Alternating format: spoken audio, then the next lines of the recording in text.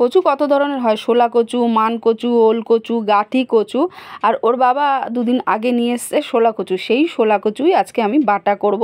তো মান কচু বাটা সব থেকে বেশি টেস্টি লাগে। তবে মান কচু কী বলো তো, যখনই আনবে দুদিন একটু রোদ না খাওয়ালে, যদি একটু ভেজা ভেজা টাইপের থাকে না, গলা ধরা চান্সটা বেশি থাকে, তবে টেস্ট হয় সেটা। আমি কিভাবে কচু বাটা করি সেটাই তোমাদের সাথে একটু শেয়ার করে নিই। তো প্রথমে কড়াইতে তেল দিয়ে তেলটা বেশ ভালো মতো গরম হয়ে গেলে তার মধ্যে কালো জিরে শুকনো লঙ্কা ফোড়ন দিয়ে তারপরে এই যে ঘষা কচুগুলো ছেড়ে দিলাম। তারপরে পরিমাণ মতো নুন, চিনি, হলুদ দিয়ে আর নামানোর আগে সর্ষে বাটা আর সাথে কাঁচা লঙ্কা চিড়ে দিয়ে দিলাম। বেশ যখন দেখবো কচুটা দিয়ে মানে কচু বাটা দিয়ে তেল ছেড়ে দেবে তখন ভাববো হয়ে গেছে। এছাড়া দুপুরের জন্য কষা কষা মাংস আর ওদিকে টক ডাল করে রেখেছি।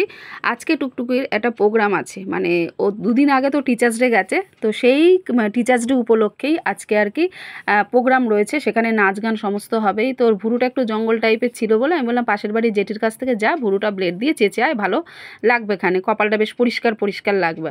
আর এছাড়া তো ঘরোয়া প্যাক হিসাবে মুলতানি মাটি দুদিন আগে ও মেখেছে, আমিও মেখেছিলাম, মুখটা মোটামুটি ঠিকঠাকই আছে, মানে ফর্সা ফর্সাই আছে।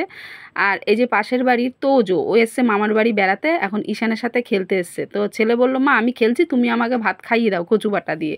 তো কচু বাটাটা কী বলো তো একটু হালকা হালকা ঝাল ছিল, তাই অল্পখানি নিয়ে তারপরে ভাতের সাথে মেখে মেখে ওকে খাইয়ে দিচ্ছি, খেলার ছলে পুরোটাই খেয়ে নেবে। এখনকার মেয়েরা কিন্তু খুব সুন্দরভাবে স্মার্টভাবে সাজতে পারে, আর আমাদের সময় আমরা সাজতাম ওই চুড়ি টিপ লিপস্টিক হেনা তেনা, মানে যা পেতাম তাই দিয়ে সাজুগুজু করে নিতাম। কিন্তু এখন কিন্তু সেটা না, হালকা সাজের মধ্যে বেশ মানে নিজেকে স্মার্টভাবে রেডি করে নেয়।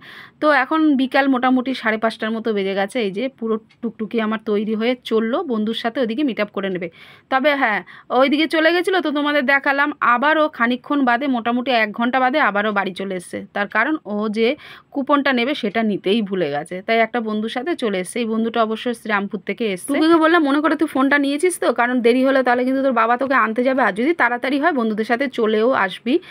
আর কি বলো তো, এখন তো বড় হয়ে গেছে, ইচ্ছা না থাকলেও মানে আমি ওর মুখ চেয়ে বলি ঠিক আছে যা আনন্দ কর, তবে তাড়াতাড়ি ঘরে ফিরিস, বেশি রাত করবি না, এই আর কি। এখন যা আর কি হয়, মেয়েরা বড় হলে মায়েদের তো একটু চিন্তা হবেই, আমাদের সময় আমাদের মায়েদেরও হতো, এখন আমরাও মা হয়েছি, আমাদের তো চিন্তা হবেই। আর এই যে মেয়ে চলে এসছে মোটামুটি 9:30 নাগাদ, বিরিয়ানি দিয়েছে একটা, মানে ইংলিশ স্যার আর কমার্স স্যার এই শুকনো টিফিনগুলো দিয়েছে। মোটামুটি যা খাবার দাবার এনেছে 2 ভাই বোন মিলে ভাগ করে খেয়ে নেবে। তাহলে রাত্রে রুটির পরিমাণটা আমাকে একটু কম করতে হবে, মানে রুটি ওই 4 জনের জন্য করতাম, সেখানে তো 2 জন ওরা খাবেই না, আমাদের 2 জন মিয়া বিবির আর কি রুটি করে নেবো, আর সাথে তো দুপুরের মাংস রয়েছে।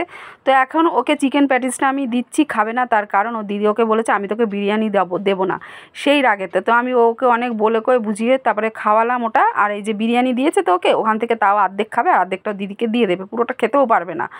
সো বন্ধুরা আজকের এই মিনি ব্লগটা এখানে শেষ করে দিলাম, নেক্সট আবার দেখা হবে নতুন একটা ভিডিও নিয়ে তোমাদের সাথে। Bye bye.